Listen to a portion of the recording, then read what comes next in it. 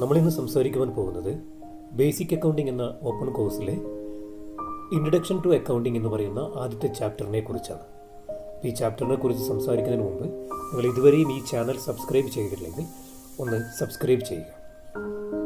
നമ്മൾക്കറിയാം എന്താണ് അക്കൗണ്ടിംഗ് എന്നുള്ളതാണ് നമ്മൾ ഈ ഒരു ചാപ്റ്ററിൽ ഉടനീളം പ്രതിപാദിക്കുന്നത്. അപ്പോൾ എന്താണ് അക്കൗണ്ടിംഗ് എന്നുള്ളതാണ് നമ്മളിനി പറയാൻ പോകുന്നത്.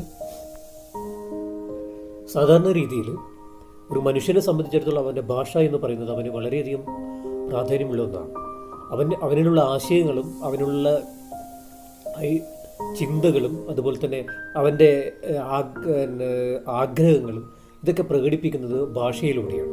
അതുപോലെ തന്നെയാണ് അക്കൗണ്ടിങ്ങിനെ ബിസിനസ്സിനെ സംബന്ധിച്ചിടത്തോളം ബിസിനസ്സിന് അക്കൗണ്ടിങ് എന്ന് പറയുന്നത് ഒരു ഭാഷയാണ്. അപ്പോൾ സിംപ്ലി അക്കൗണ്ടിങ് എന്ന് പറഞ്ഞു കഴിഞ്ഞാൽ ഇറ്റ്സ് എ ലാംഗ്വേജ് ഓഫ് ബിസിനസ്സാണ്. It is A language of business, ബിസിനസ്സിൻ്റെ ഭാഷയാണ്. ബിസിനസ്സിൽ നടക്കുന്ന ഓരോ സംഭവ വികാസങ്ങളെയും കൃത്യമായ രീതിയിൽ റെക്കോർഡ് ചെയ്യുകയും അത് കൃത്യമായ രീതിയിൽ വിശകലനം ചെയ്യുകയും അത് നല്ലൊരു റിപ്പോർട്ടാക്കി മാറ്റുകയും ആർക്കാണ് ഈ ഇൻഫോർമേഷൻ ആവശ്യമുള്ളത് അവർക്ക് നല്ല രീതിയിൽ അത് പ്രൊവൈഡ് ചെയ്യുകയും ചെയ്യുന്ന ഒരു പ്രവർത്തനത്തെയാണ് നമ്മൾ അക്കൗണ്ടിങ് എന്നുള്ളത് കൊണ്ട് അർത്ഥമാക്കുന്നത്. നോക്കാം നമ്മൾക്ക് അതിൻ്റെ മീനിങ് എന്താണെന്ന്. ഞാൻ പറഞ്ഞ പോലെ തന്നെ accounting is an art of recording, classifying, summarizing, analyzing and interpreting the financial transaction and communicating the result to the person interested in such information. ഞാൻ നേരത്തെ പറഞ്ഞ പോലെ തന്നെ അക്കൗണ്ടിങ് എന്ന് പറയുന്നത് ഒരു കലയാണ്. സാധാരണ രീതിയിൽ ജസ്റ്റ് ഒരു റെക്കോർഡ് ചെയ്യുന്ന ഒരു പ്രോസസ്സ് മാത്രമല്ല അക്കൗണ്ടിങ് എന്ന് പറയുന്നത്. It's an art of recording എന്ന് പറഞ്ഞാൽ ഒരു സിസ്റ്റമാറ്റിക് വേയിലാണ് നമ്മൾ ഈ ബിസിനസ്സിൻ്റെ ബുക്സിൽ നമ്മുടെ ഇടപാടുകൾ രേഖപ്പെടുത്തുന്നത്. അതുകൊണ്ടാണ് accounting is an art of recording എന്ന് പറയുന്നത്. അങ്ങനെ റെക്കോർഡ് ചെയ്തപ്പെട്ട സംഭവ വികാസങ്ങളെ അല്ലെങ്കിൽ ഇടപാടുകളെ ഓരോ രീതിയിലും അതിനെ ക്ലാസിഫൈ ചെയ്യുകയാണ് അടുത്തതായി ചെയ്യുന്നത്. അങ്ങനെ ക്ലാസിഫൈ ചെയ്തു അതിനൊരു സമ്മറൈസ്ഡ് ഫോം നൽകിക്കൊണ്ട് അത് അനലൈസ് ചെയ്യുകയും അതിനെ ഒരു വിശകലനം ചെയ്തുകൊണ്ട് അതിനെ ബെറ്റർ റിസൾട്ടായിട്ട് ഒരു ഫിനാൻഷ്യൽ സ്റ്റേറ്റ്മെൻ്റ് ആയിട്ട് അല്ലെങ്കിൽ ഒരു ഫിനാൻഷ്യൽ ട്രാൻസാക്ഷനെ ഒരു ബെറ്റർ റിസൾട്ടാക്കിയിട്ട് ഒരു ബെറ്റർ റിപ്പോർട്ടാക്കി മാറ്റുകയും അത് ആർക്കാണ് ആവശ്യമുള്ളത് അത് അവർക്ക് പ്രൊവൈഡ് ചെയ്യുകയും ചെയ്യുന്ന പ്രവർത്തനത്തെയാണ് മൊത്തത്തിൽ നമ്മൾ അക്കൗണ്ടിങ് എന്നുള്ളത് കൊണ്ട് ഉദ്ദേശിക്കുന്നത്. അപ്പോൾ simply it is A language of business. ഇത് ബിസിനസ്സിൻ്റെ ഒരു ഭാഷയാണ്. ബിസിനസ്സിന് മറ്റുള്ള വ്യക്തികളുമായിട്ടും അല്ലെങ്കിൽ മറ്റുള്ളവരുമായിട്ട് കമ്മ്യൂണിക്കേറ്റ് ചെയ്യാൻ പറ്റുന്നത് ഈ ഒരു അക്കൗണ്ടിങ് എന്ന് പറയുന്ന ഒരു ശാഖയുണ്ടായത് കൊണ്ടാണ്. നമ്മൾക്കറിയാം ബിസിനസ്സിനെ നമ്മൾ എങ്ങനെയാണ് ഒരു ബിസിനസ് നല്ല ബിസിനസ് എന്ന് നമ്മൾ പറയുക. ഒരിക്കലും ഒരു ബിസിനസ് നല്ല ബിസിനസ് എന്ന് പറയുന്നത് അവരുടെ ബിൽഡിങ്ങോ അവരുടെ ബാക്കിയുള്ള ഇൻഫ്രാസ്ട്രക്ചർ ഫെസിലിറ്റിയോ കണ്ടുകൊണ്ടല്ല, അവരുടെ ഫിനാൻഷ്യൽ സ്റ്റേറ്റ്മെൻറ്റ് നോക്കിയിട്ടാണ്.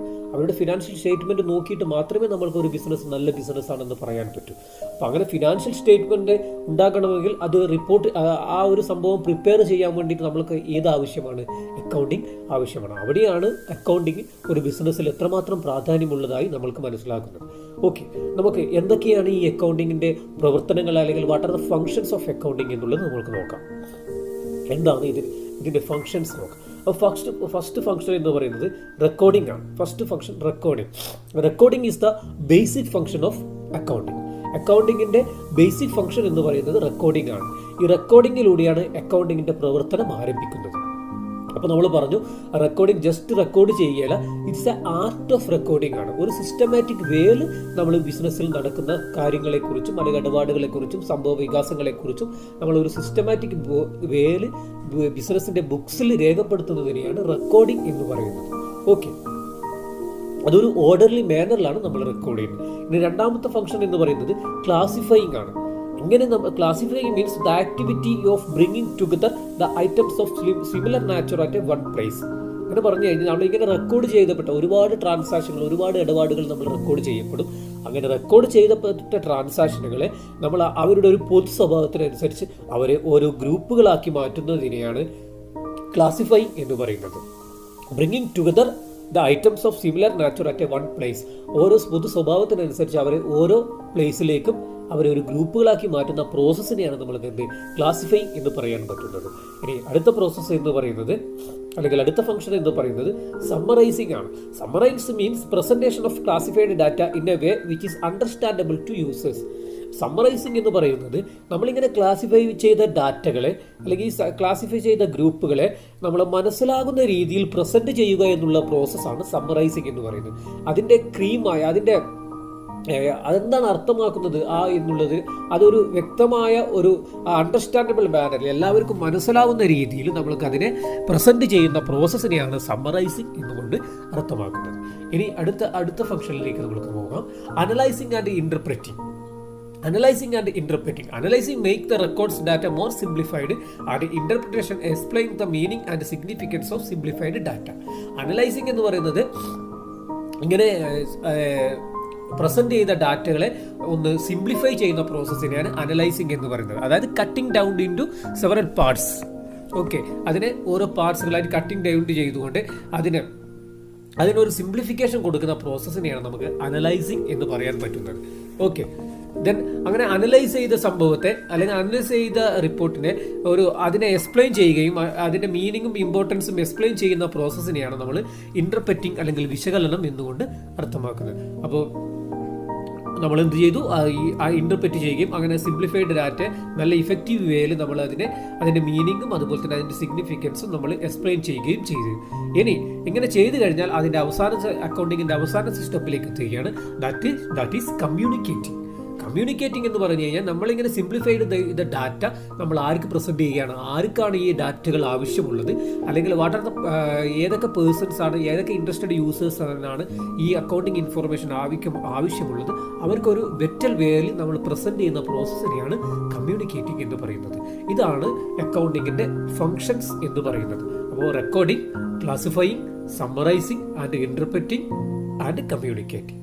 Okay, next I would like to introduce interested users of accounting information. ആർക്കൊക്കെയാണ് ഈ അക്കൗണ്ടിങ് ഇൻഫർമേഷൻ ആവശ്യമുള്ളത് എന്നുള്ളതാണ് അടുത്തതായി ഞാൻ പറയാൻ പോകുന്നത്. നോക്കാം. നമ്മൾ ഫസ്റ്റ് വൺ ഓണേഴ്സ് എന്ന് പറഞ്ഞാൽ ബിസിനസിൻ്റെ ഓണേഴ്സിനാണ് ഓണേഴ്സ് എന്ന് പറയുന്നത്. ബിസിനസിൻ്റെ ഓണേഴ്സിന് ഈ അക്കൗണ്ടിങ് ഇൻഫർമേഷൻ ആവശ്യമാണ്. എന്തുകൊണ്ടാണ്? അവരുടെ ബിസിനസ് എങ്ങനെയാണ് പോകുന്നതെന്ന് മനസ്സിലാക്കുന്നത് only with the help of accounting. Then second one management. അതിൻ്റെ മാനേജ്മെൻറ്റിന് അക്കൗണ്ടിങ് ഇൻഫർമേഷൻ ആവശ്യമാണ്. ഇൻവെസ്റ്റേഴ്സ്, ആരൊക്കെയാണ് ഇതിൽ പണം ഇൻവെസ്റ്റ് ചെയ്യുന്നത്, അവർക്ക് അക്കൗണ്ടിങ് ഇൻഫർമേഷൻ ആവശ്യമാണ്. ക്രെഡിറ്റേഴ്സ് ആൻഡ് ബാങ്ക്, നമ്മൾക്ക് ആരാണ് പണം തരുന്ന ബാങ്കുകൾ, അല്ലെങ്കിൽ നമ്മൾ കടക്കാർ, അല്ലെങ്കിൽ നമ്മൾക്ക് ആരാണ് കടം തരുന്ന അവർ ക്രെഡിറ്റേഴ്സ്. ദെൻ എംപ്ലോയീസ്, ബിസിനസ്സിലുള്ള എംപ്ലോയീസ്. ദെൻ ഗവൺമെൻറ്റിന് ആവശ്യമാണ്. എന്തിന്? For the purpose of tax. അവർക്ക് ടാക്സ് കാൽക്കുലേറ്റ് ചെയ്യാനൊക്കെ ഗവൺമെൻറ്റിന് അക്കൗണ്ടിങ് ഇൻഫർമേഷൻ ആവശ്യമാണ്. ഇനി കസ്റ്റമേഴ്സിന് അക്കൗണ്ടിങ് ഇൻഫർമേഷൻ ആവശ്യമാണ്. അതുപോലെ തന്നെ security analyst and advice, security ഷെയറൊക്കെ അനലൈസ് ചെയ്യുന്നവർക്ക് ആവശ്യമാണ്. ദെൻ റിസർച്ച്, ഇതിനെക്കുറിച്ച് പഠനങ്ങൾ ചെയ്യുന്നവർക്ക് ആവശ്യമാണ്. അപ്പോൾ ഇത്തരം വ്യക്തികൾക്കാണ് ഒരു അക്കൗണ്ടിങ് ഇൻഫർമേഷൻ ആവശ്യമായിട്ടുള്ളത്. ഒന്നുകൂടി പറയാം: owners, management, investors, creditors, employees, government, customers and security analyst and researchers. Next നമുക്ക് what are the objectives of accounting. എന്തൊക്കെയാണ് ഈ അക്കൗണ്ടിങ്ങിൻ്റെ ഒബ്ജക്റ്റീവ്സ് എന്ന് നമുക്ക് നോക്കാം. നമ്മൾ നേരത്തെ പറഞ്ഞു അക്കൗണ്ടിങ്ങിൻ്റെ പ്രാധാന്യം എന്താണ് ബിസിനസ്സിൽ നിന്ന്, അതൊക്കെ തന്നെയാണ് അതിൻ്റെ ഒബ്ജക്റ്റീവ്സ് ആയിട്ട് വരുന്നത്. നമുക്ക് നോക്കാം. First one, to maintaining the records of the business. To maintain the records of the business means ബിസിനസിൻ്റെ ബുക്സ് ഓഫ് അക്കൗണ്ട് അല്ലെങ്കിൽ ബിസിനസിൻ്റെ ബുക്കുകൾ റെക്കോർഡ് ചെയ്യപ്പെടാൻ പറ്റുന്നത് only with the help of accounting. അക്കൗണ്ടിങ്ങിൻ്റെ സഹായത്താൽ മാത്രമാണ് ബിസിനസ്സിൽ ഒരു ബുക്സ് ഓഫ് അക്കൗണ്ട് അല്ലെങ്കിൽ റെക്കോർഡ് പ്രോപ്പറായിട്ട് നമുക്ക് മെയിൻറ്റെയിൻ ചെയ്യാൻ വേണ്ടി പറ്റുന്നത്. ദെൻ അടുത്തത് calculate the profit or loss. Calculate the profit or loss, നമ്മുടെ ബിസിനസ്സിൻ്റെ പ്രോഫിറ്റോ ലോസോ കണ്ടുപിടിക്കാൻ നമുക്ക് പറ്റുന്നത് with the help of accounting. അക്കൗണ്ടിങ്ങിൻ്റെ സഹായത്തോടു കൂടി മാത്രമാണ് നമ്മൾ ഈ പറയുന്ന പ്രോഫിറ്റോ ലോസോ നമുക്ക് മനസ്സിലാക്കാൻ പറ്റുന്നത്. ദെൻ അസർട്ടിങ് ദ ഫിനാൻഷ്യൽ പൊസിഷൻ, ബിസിനസിന്റെ സാമ്പത്തിക സ്ഥിതി എങ്ങനെയാണെന്ന് നമ്മൾക്ക് മനസ്സിലാക്കാൻ പറ്റുന്നത് with help of accounting. Accounting ഉണ്ടായതുകൊണ്ട് മാത്രമാണ് നമ്മൾ ബിസിനസിന്റെ സാമ്പത്തിക സ്ഥിതി നമ്മൾക്ക് മനസ്സിലാക്കാൻ പറ്റുന്നത്. അടുത്ത providing information to the various users. ഈ വേരിയസ് യൂസേഴ്സ് ഞാൻ തൊട്ട് മുമ്പത്തെ സ്ലൈഡിൽ നമ്മൾ പറഞ്ഞു ആരൊക്കെയാണ് യൂസേഴ്സ് എന്ന് പറയുന്നത്. അപ്പോൾ അവർക്ക് ആവശ്യമായ ഇൻഫർമേഷൻ പ്രൊവൈഡ് ചെയ്യാൻ പറ്റുന്നത് with the help of accounting. ഈ ഒരു അക്കൗണ്ടിങ്ങിന്റെ ഹെൽപ്പ് കൊണ്ട് മാത്രമാണ്. അപ്പോൾ ഇതൊക്കെയാണ് objectives of accounting. First one, maintain the records. Then second one, calculate the profit. Then third one, ascertain the financial position. The fourth one, providing information to various users. The next, qualitative characteristics of an accounting system. ഒരു accounting സിസ്റ്റത്തിന് വേണ്ട qualitative characteristics എന്തൊക്കെയാണ്, qualitative സ്വഭാവങ്ങൾ എന്തൊക്കെയാണെന്നാണ് നമ്മൾ അടുത്തതായി പറയാൻ പോകുന്നത്. ഒരു അക്കൗണ്ടിങ്ങിന് അല്ലെങ്കിൽ ഒരു അക്കൗണ്ടിങ് സിസ്റ്റത്തിന് അല്ലെങ്കിൽ ഒരു അക്കൗണ്ടിങ് ഇൻഫോർമേഷന് വേണ്ട ക്വാളിറ്റേറ്റീവ് ക്യാരക്ടറിസ്റ്റിക്സ് ആണ് നമ്മൾ അടുത്തതായിട്ട് പറയാൻ പോകുന്നത്. അതിൽ first one, reliability. reliability, then second one relevance, third one understandability, the fourth one comparability. Then again going to the first one, reliability. What is reliability? Accounting information should be free from error and bias. Reliability എന്ന് പറയുന്നത് accounting information, അക്കൗണ്ടിങ്ങിന്റെ വിവരങ്ങൾ എപ്പോഴും അതിൽ mistake, തെറ്റുകളിൽ നിന്നും അതുപോലെ തന്നെ ബയാസിൽ നിന്നും മുക്തമായിരിക്കണം. അതിനെയാണ് റിലയബിലിറ്റി എന്ന് പറയുന്നത്. അതെപ്പോഴും വെരിഫിയബിൾ ആവണം, അതൊരു ന്യൂട്രൽ ആവണം, അതൊരിക്കലും ബയാസ് ഉണ്ടാകാൻ പാടില്ല, അത് എപ്പോഴും ഇതിൽ നിന്ന് തെറ്റുകളിൽ നിന്ന് മുക്തമായിരിക്കണം. അതാണ് റിലയബിലിറ്റി എന്നുള്ളതുകൊണ്ട് ഉദ്ദേശിക്കുന്നത്. അപ്പോൾ accounting information should be free from error and bias. Then second one, relevance. Relevance, to be relevant, information must be available in time. Relevant എന്ന് പറയുന്നത് നമ്മൾക്ക് ആവശ്യമുള്ള സമയത്ത് ആ ഇൻഫോർമേഷൻ നമ്മൾക്ക് കിട്ടിയിരിക്കണം. അതാണ് റെലവൻസ് എന്ന് പറയുന്നത്. Okay, then next one, understandability. ഈ അക്കൗണ്ടിങ് ഇൻഫോർമേഷൻ ഏതൊരു വ്യക്തിക്കും മനസ്സിലാകുന്ന രീതിയിലായിരിക്കണം ഈ അക്കൗണ്ടിങ് ഇൻഫോർമേഷൻ എന്ന് പറയുന്നത്. അങ്ങനെ ആകുമ്പോൾ മാത്രമേ അത് ആവശ്യമുള്ളവർക്ക് അത് ഉപയോഗിക്കാൻ വേണ്ടി പറ്റുകയുള്ളൂ. It must be understandable. That is the receiver of the information should be mean that the same thing as mean by the sender. അതായത് ഒരു സെൻഡർ, അതായത് ഈ ഇൻഫോർമേഷൻ നൽകുന്ന ആൾ എന്താണോ ആ ഇൻഫോർമേഷൻ കൊണ്ട് അർത്ഥമാക്കുന്നത്, ആ അർത്ഥം തന്നെ അത് റിസീവ് ചെയ്യുന്ന, അല്ലെങ്കിൽ അത് ആവശ്യമുള്ളവർക്ക് അത് ആ അർത്ഥം തന്നെ കിട്ടണം. അതിനെയാണ് അണ്ടർസ്റ്റാൻഡബിലിറ്റി എന്ന് പറയുന്നത്. Then comparability. Comparability, it means that the accounting report should be comparable with other firms. ഒരു ബിസിനസിന്റെ അക്കൗണ്ടിങ് ഇൻഫോർമേഷൻ മറ്റൊരു ബിസിനസിന്റെ അക്കൗണ്ടിങ് ഇൻഫോർമേഷനുമായിട്ട് കമ്പയർ ചെയ്യാൻ പറ്റണം. അങ്ങനെ കമ്പയർ ചെയ്യാൻ പറ്റുമ്പോൾ മാത്രമേ നമ്മൾക്ക് അടുത്ത വർഷത്തിൽ നമ്മൾ റിസൾട്ട് കുറച്ചും കൂടി മെച്ചപ്പെടുത്താൻ വേണ്ടി പറ്റും. അപ്പോൾ comparability one of the important quality characteristics of accounting information or accounting system എന്ന് പറയുന്നു.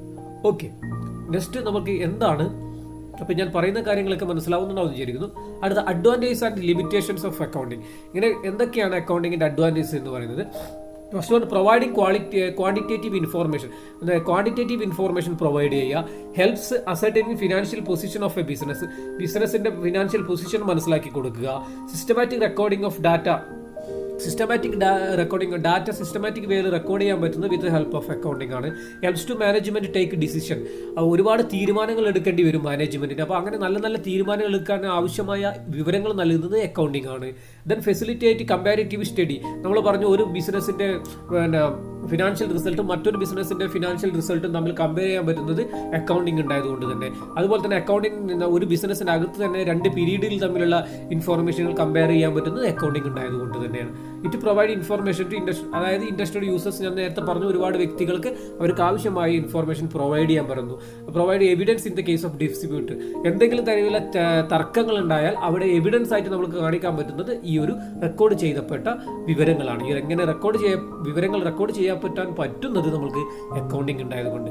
എന്തൊക്കെ പറഞ്ഞാലും അക്കൗണ്ടിങ്ങിന് ചില ലിമിറ്റേഷനുകൾ, അത് എന്തൊക്കെയാണെന്നാണ് നമ്മൾ അടുത്ത് നോക്കുന്നത്. അതിൽ ഫസ്റ്റ് വൺ, അതിൽ അക്കൗണ്ടിങ് ഇൻഫോർമേഷൻ അതിൻ്റെ ലിമിറ്റേഷൻസിൽ ലിമിറ്റേഷനാണ് നമ്മൾ ഇനി അടുത്തത് പറയാൻ പോകുന്നത്. ആ ലിമിറ്റേഷനിൽ എന്തൊക്കെയാണെന്ന് വരുന്നത്